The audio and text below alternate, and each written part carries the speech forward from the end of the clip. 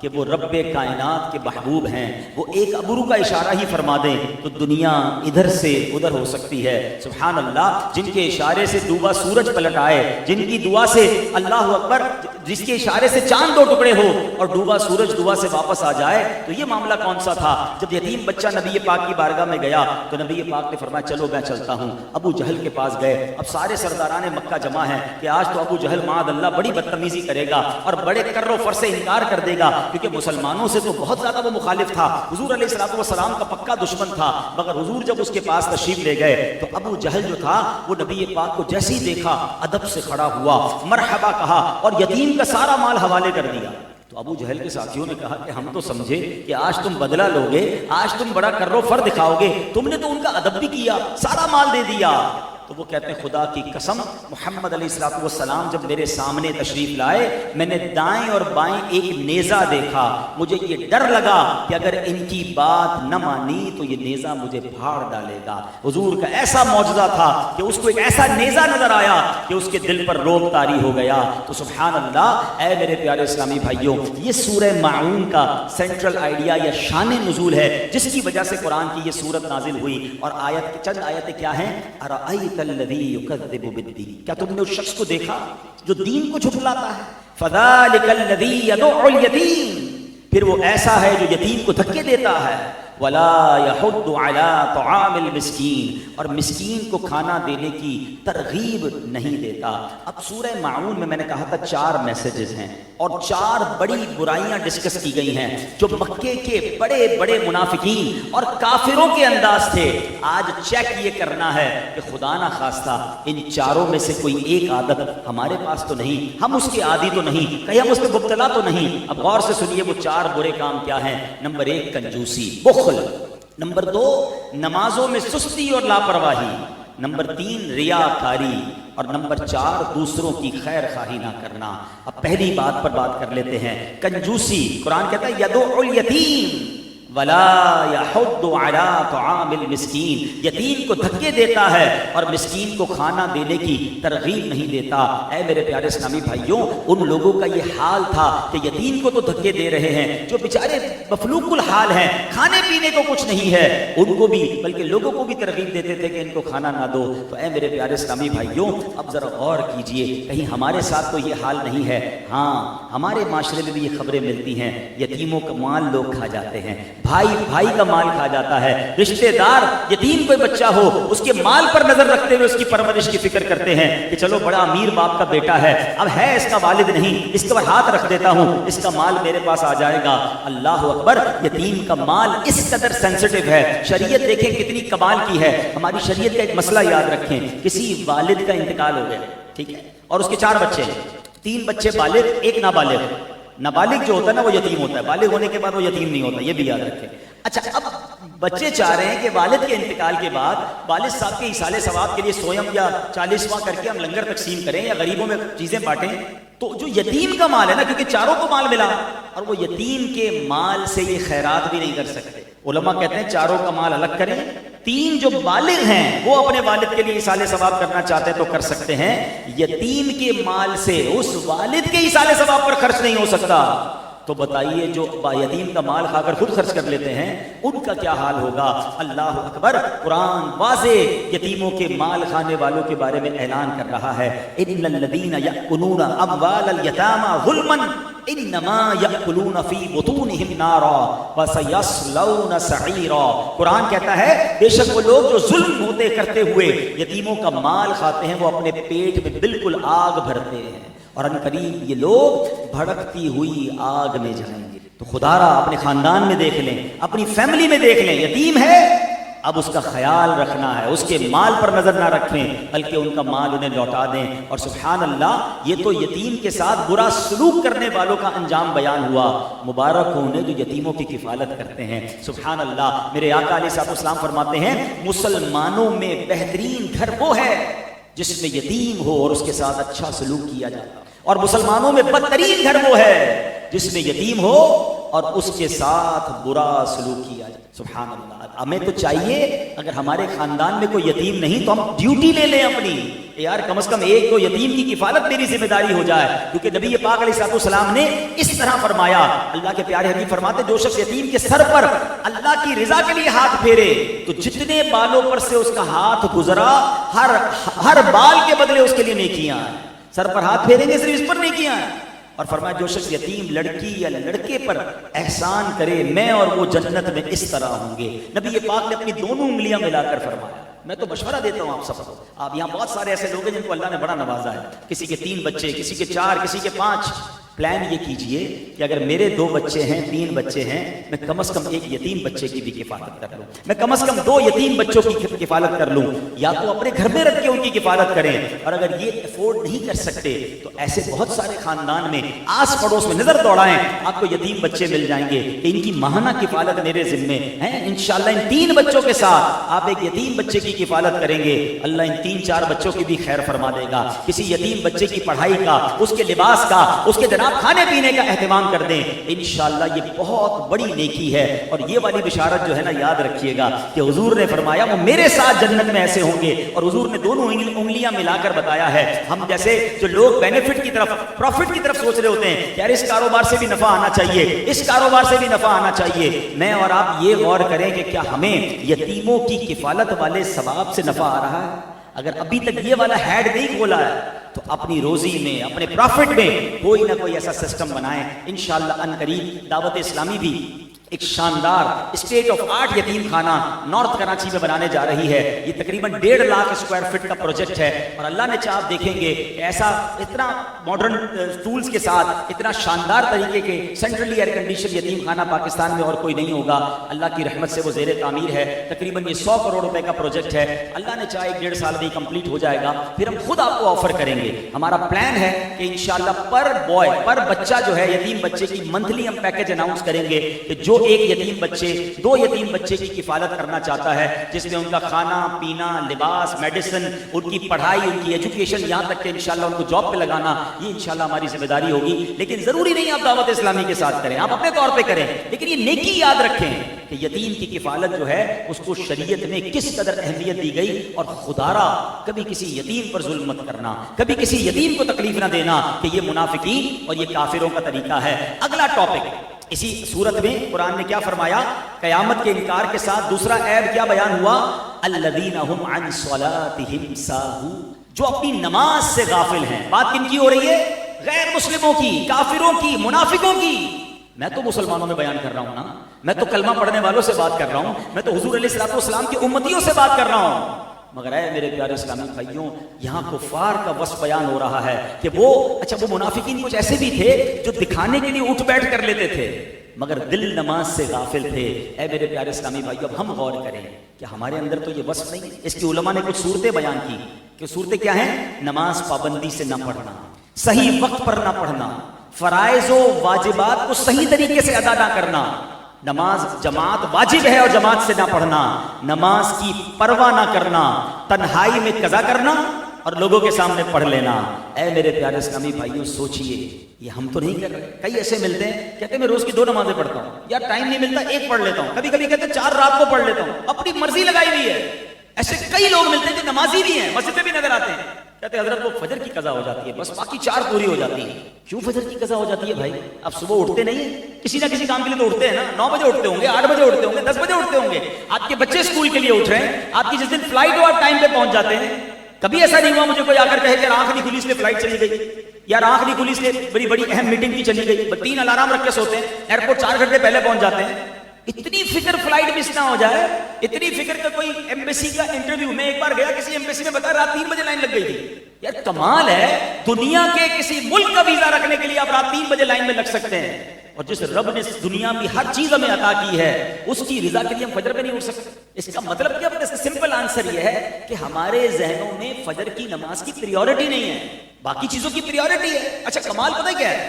کمال بھی کیا کہوں, ظلم ہی کہوں, کہ کئی گھر ایسے ہیں جہاں روز صبح الارم بجتے ہیں اسکول کے لیے, آفس کے لیے, نہیں بجتا تو فجر کے لیے نہیں بجتا. مجھے بتاؤ وہ مسلمان کا کیسا گھر ہے کہ صبح ہوئی پورے گھر میں کوئی بھی نماز کے لیے نہیں اٹھا, ظہر ہوئی اس گھر میں کسی نے ظہر نہیں پڑھی، شام ہوئی اس گھر میں کسی نے عصر مغرب نہیں پڑھی، رات کو سب ڈنر ٹیبل پر جمع تو ہوئے مگر کسی نے عشاء نہیں پڑھی۔ یہ تو قرآن منافقوں کا طریقہ بیان کر رہا ہے، الذین هم عن صلاتهم ساہون، جو اپنی نماز سے غافل ہیں۔ اور آپ پڑھتے ہیں یہ آیت سورت کئی بار آپ نے پڑھی ہوگی، مگر کہیں میں بھی تو ان میں شامل نہیں ہو گیا کہ میری نمازیں قضا ہو رہی ہیں۔ اے میرے پیارے اسلامی بھائیوں، قرآن مجید فرقان حمید کی ایک آیت ہے، فخلف من بعدهم خلف اضاعوا الصلاة واتبعوا الشهوات فسوف يلقون غیا۔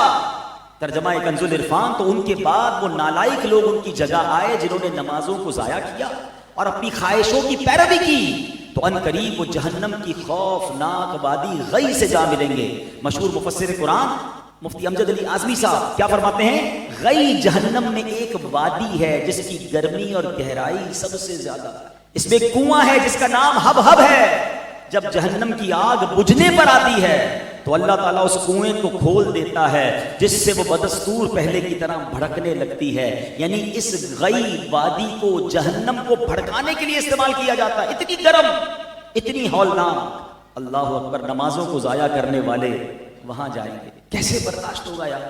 کتنی دیر لگتی ہے نماز میں، نماز پڑھنے کا ٹائم نہیں ہے، موبائل اٹھانے کا ٹائم ہے۔ رکھ دو نا تھوڑی دیر کے لیے موبائل، بھائی 10 منٹ 12 منٹ میں آپ نماز سے فارغ ہو جائیں گے۔ پورے 24 گھنٹے میں 5 نمازیں پڑھنے کے لیے 1.5 گھنٹہ چاہیے آپ کو، باقی 22 گھنٹے ہیں نا آپ کے لیے۔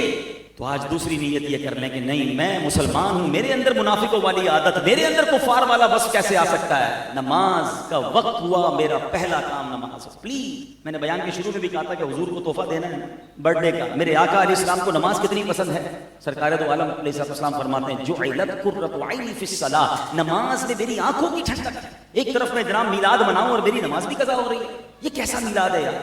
حضور کی آنکھوں کی ٹھنڈک، نماز ضائع ہو رہی ہے۔ تو میری بہنیں، میرے وہ اسلامی بھائی جو لائیو مجھے سن رہے ہیں، بعد میں سنیں، یہ بھی نیت کریں کہ بس آج کے بعد نماز قضا نہیں۔ تیسرا بس، تیسری برائی جو قرآن نے ان ظالموں کی بیان کی، وہ کیا بیان کی کہ وہ ریاکاری کرتے ہیں، دکھلاوا کرتے ہیں لوگوں کو دکھانے کے لیے۔ الذین هم یراؤون، وہ جو دکھاوا کرتے ہیں، وہ نماز میں دکھاوا کرتے تھے، عبادت بھی اللہ کے لیے نہیں لوگوں کے لیے کرتے تھے۔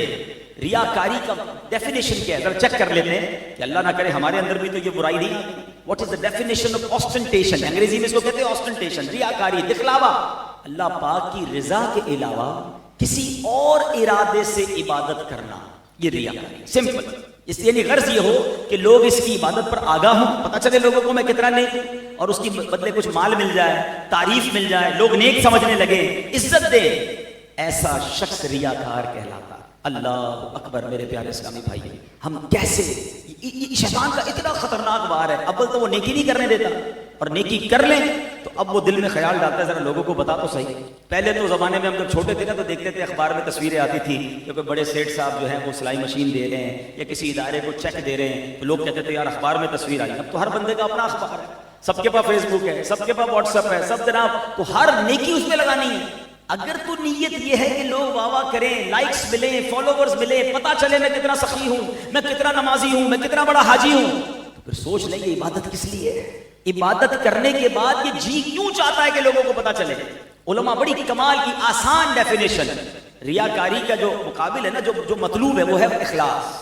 اخلاص کیسے ملے؟ What is the definition of اخلاص؟ ایک ون لائنر جواب دیتے ہیں علماء، فرماتے ہیں جس طرح بندہ اپنے گناہوں کو چھپاتا ہے اس طرح اپنی نیکیوں کو چھپا۔ سمپل۔ ہم میں سے کون چاہتا ہے میرے گناہ پتہ چلے؟ ہم میں سے کون چاہتا ہے میری برائیاں پتہ چلے؟ تو بھائی نیکی کیوں پتہ چلنی چاہیے؟ لیکن ادھر تو بات بندہ پوچھے بھی نہ پھر بھی نیکیاں لوگ بتا رہے ہوتے ہیں۔ کبھی کسی سے ملاقات ہو، کیسی طبیعت ہے، خیریت سے ہیں؟ بس مالک کا بہت کرم ہے الحمدللہ، بس رجب شعبان رمضان کے 3 مہینے کے روزے چل رہے ہیں اور پھر تہجد میں اٹھ جاتا ہوں، اور ہمارے علاقے میں جو مسجد ہے الحمدللہ اس کی چھت ابھی ڈلوائی ہے۔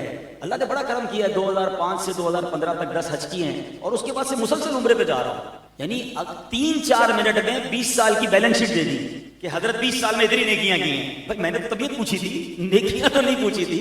اب خود سوچیں کہ کس بنا پر آپ بتا رہے ہیں؟ میں کہوں گا ماشاءاللہ بڑے حاجی، بڑے یعنی کسی بندے سے تعریف لینے کے لیے میں نیکیاں کیوں بتا رہا ہوں؟ اچھا کبھی کبھی ڈر تو لگتا ہے، بولنی زبان اٹھتی نہیں ہے، لیکن یار یہ بتاؤ آپ کو 2005 والا حج یاد ہے؟ کل جھوٹ بولا تھا یہ یاد ہے؟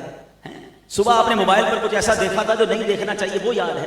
گناہ یاد نہیں ہے، نیکیاں پرانی یاد ہیں اور سب کو بتائی جا۔ یہ شیطان کا وار سمجھیے، ایک سوال کر کے، ٹاپک تو ایسا ہے کہ میں اس موضوع پر بہت ساری باتیں کر سکتا ہوں اور آپ سے کئی بار اس موضوع پہ باتیں آپ سنتے رہتے ہیں، مگر اس کا ایک انٹرنل کویسچن کر کے بات آگے چلا دیتا ہوں. ایک سوال کر لیں، میں بھی کرتا ہوں اپنے آپ سے، آپ بھی کریں پلیز. ایسی کتنی نیکیاں ہیں میرے پاس اور آپ کے پاس جو صرف میں جانوں اور میرا رب جانے؟ That's it. یہ سوال کر لو اپنے آپ سے. اکیلے میں بیٹھنا، کاغذ قلم لے لیجیے گا یا موبائل کا پیڈ کھول لیجیے گا کہ یار میں نوٹ تو کروں کہ کتنی ایسی نیکیاں ہیں جو صرف میں جانوں اور میرا رب جانے. اب اگر جواب آ رہا ہے کہ ہاں کچھ تو ہیں، پھر تو اس کو اور امپروو کیجیے. اور اگر جواب آ رہا ہے کہ نہیں جناب یہ تو کچھ بھی نہیں بچایا میں نے، چھپے ہوئے اعمال بھی لوگوں کو بتا دیے، غور کریں پھر ہم درست نہیں کریں. کہیں نہ کہیں چور چھپا ہوا ہے. ماشاءاللہ ایسے کئی لوگوں کو دیکھا ہے کہ جن کے مرنے کے بعد، بزرگان دین کی توجہ رکھے گا، بزرگان دین کی زندگی کے واقعات پڑھے نا تو کئی بزرگان دین کے بارے میں آیا کہ جب ان کا وصال ہوا نا تو لوگوں کو پتا چلا کہ ہمیں کون ہر مہینے صدقہ دے کر جاتا تھا، کہاں سے ہمارے گھر کا راشن آتا تھا، کیونکہ پتہ ہی نہیں تھا کسی کو، وہ بتاتے بھی نہیں تھے، ان کے دروازے پر راشن پہنچ جاتا تھا.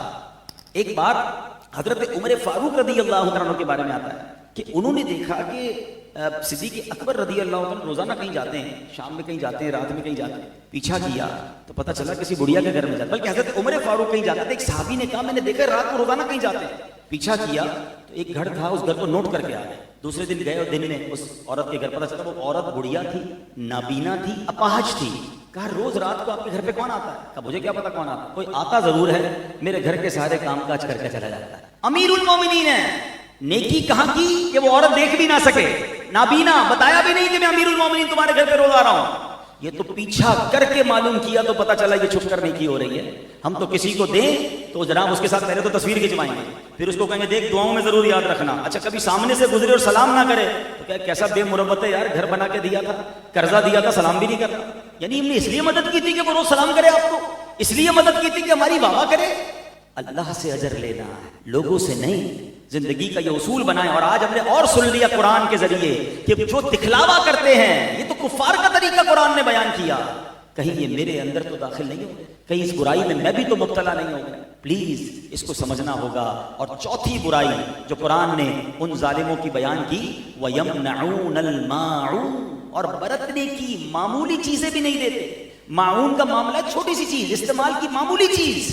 مطلب یہ کہ منافقین اتنے کنجوس، بے حس اور بے پرواہ ہیں کہ اگر کوئی ان سے عام استعمال کی معمولی چیز مانگ لے تو وہ اس سے بھی انکار کر دیتے ہیں. اے میرے پیارے اسلامی بھائیوں، ہمیں چاہیے کہ اس منافقین کی عادت سے اپنے آپ کو بچائیں، اپنے اندر سے کنجوسی نکالیں، دل کے سخی بنیں، دوسروں کی خیر خواہی کی سعادت پائیں. علماء کرام فرماتے ہیں مستحب یہ ہے کہ آدمی اپنے گھر میں ایسی چیز اپنی حاجت سے زیادہ رکھے جن کی ہمسایوں کو ضرورت ہوتی ہے اور انہیں ادھار دیا کرے، انہیں تحفے پہ دے دیا کرے. یعنی سبحان اللہ، کھانا بناؤ تھوڑا شوربہ زیادہ بنائیں کہ پڑوسیوں کو بھی جائے. بلکہ سبحان اللہ، حج مقبول کی جب ہم نشانیاں پڑھتے ہیں تو حج مقبول کی نشانیوں میں یہ نشانی علماء نے لکھی کہ حج پر جائے تو سامان سفر زیادہ لے جائے، کچھ رقم زیادہ لے جائے اور راستے میں ساتھی رفقا پر خرچ کرتا جائے. اس سے حج مقبول کی نشانیوں میں کہا گیا. تو اے میرے پیارے اسلامی بھائیوں، زندگی کا اصول یہ بنانا ہے. اب چند باتیں میں نے عرض کر دی ہیں. سورہ معون کے ذریعے ہم نے 4 کفار کی برائیاں جانی. چیک کرنا ہے کہیں یہ برائیاں میرے اندر تو نہیں، اور خدا نہ خواستہ داخل ہو رہی ہیں تو دروازہ بند کیجئے. یہ برائیاں ہمیں نہیں چاہیے. دل بڑا کیجئے، خیر خواہی کیجئے، دوسروں کا بھلا سوچئے. مسلمانوں کی پیاری امی جان بی بی عائشہ صدیقہ طیبہ طاہرہ رضی اللہ تعالیٰ عنہ فرماتی ہیں، میں نے عرض کیا یا رسول اللہ علیہ السلام، کون سی چیز ہے جس کا منع کرنا حلال نہیں، برا ہے، یعنی ہم منع نہیں کر سکتے؟ فرمایا پانی، نمک اور آگ. میں نے عرض کی یا رسول اللہ علیہ السلام، پانی تو ہم سمجھ گئے مگر نمک اور آگ کا یہ حکم کیوں ہے؟ فرمایا اے حمیرہ رضی اللہ تعالی عنہا، جس نے کسی کو آگ دی اس نے گویا آگ سے پکا ہوا سارا کھانا خیرات کر دیا. پہلے کے زمانے میں آگ لکڑی وغیرہ دی جاتی، جیسے آگ جلائی جاتی تھی. اب بھی آپ اگر کوئی ان کو ایسا سامان، کسی کو کھانا گرم کرنا ہے، آپ نے کھانا گرم کر کے دے دیا، آپ کے گھر میں گیس آ رہی ہے، ان کے گھر میں نہیں آ رہی، یعنی اس کے کھانے پکانے میں کوئی بھی مدد کر دی تو گویا پورا کھانا ہی آپ کی طرف سے خیرات ہو گیا. اور فرمایا جس نے کسی کو نمک دیا اس نے گویا وہ سارا کھانا خیرات کیا جسے اس نمک نے لذیذ بنایا. جس نے کسی مسلمان کو ایک گھونٹ پانی پلایا، وہاں پلایا جہاں پانی عام ملتا ہو. اب کمال یہ ہے یہاں تو سب کے پاس پانی ہے نا، نارمل پانی میں بھی پی سکتا ہوں، آپ بھی پی سکتے ہیں، اس میں کون سا بڑا کمال ہے؟ مگر میرے دین کی شان دیکھیں، ادھر پانی پلایا جہاں پانی عام ملتا ہے، اس نے گویا غلام آزاد کیا، اور جس نے مسلمان کو وہاں پانی پلایا ایک گھونٹ جہاں پانی نہیں ملتا، اس نے گویا اسے زندگی بخشی۔